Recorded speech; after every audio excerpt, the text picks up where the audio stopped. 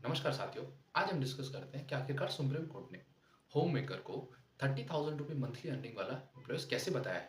चर्चा करते हैं। सबसे पहले एक 2001 में पंजाब में एक एक्सीडेंट हुआ था। इस एक्सीडेंट में एक विक्टिम की जान चली गई थी। एक्सीडेंट के बाद विक्टिम की फैमिली ने इंश्योरेंस कंपनी को अप्रोच किया, लेकिन इंश्योरेंस कंपनी ने उसको कंपनसेशन देने से मना कर दिया।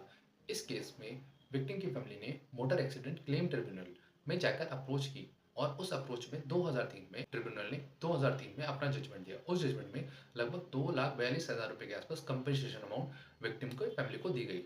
इस कंपनसेशन अमाउंट से विक्टिम को लगा ये अमाउंट कम है, तो विक्टिम ने इसमें याचिका पंजाब और हरियाणा कोर्ट में दाखिल की। पंजाब हरियाणा कोर्ट का जजमेंट आते आते लगभग 21 साल लग गए और 2024 में हाई कोर्ट ने निर्णय दिया कि लगभग 7 से 8 लाख रुपए का कंपनसेशन अमाउंट दिया जाएगा और साथ में जब से कंपनसेशन का ये प्रोसेस शुरू हुआ है उससे लगभग 7% इंटरेस्ट के साथ इस अमाउंट को पे करना पड़ेगा मंथली, और साथ साथ कुछ पेनल्टी भी लगाई।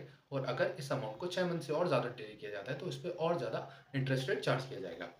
विक्टिम की फैमिली ने इसके बाद सुप्रीम कोर्ट में गुहार लगाई और सुप्रीम कोर्ट ने जब इस केस में जजमेंट दिया तो उसने बोला कि जो होम मेकर होता है वो एक इकोनॉमी का रनिंग का एक पिलर होता है। चाहे हम उसके अमाउंट को जीडीपी में कंट्रीब्यूट नहीं करते हैं, लेकिन अब भी हम इस केस में होम मेकर के लिए लगभग 30,000 रुपये मंथली इनकम की अमाउंट को कंपनसेशन करने का फैसला लेते हैं, जो कि लॉस और कंपनसेशन फंड के अंतर्गत इंश्योरेंस क्लेम में लिया जाएगा। इसका मतलब ये है कि जो इंश्योरेंस क्लेम लगभग 30,000 रुपये मंथली उसकी अर्निंग का जो लॉस हुआ है फैमिली को, उसका भी भरपाई इंश्योरेंस कंपनी को देनी पड़ेगी। ये पहला ऐसा केस है जिससे सुप्रीम कोर्ट ने होम मेकर की एक अमाउंट को डिफाइन किया। उससे पहले भी सुप्रीम कोर्ट ने काफी निर्णय दिए हैं, लेकिन पहली बार किसी केस में 30,000 रुपये मंथली निर्णय का होम मेकिंग का लॉस बताया है।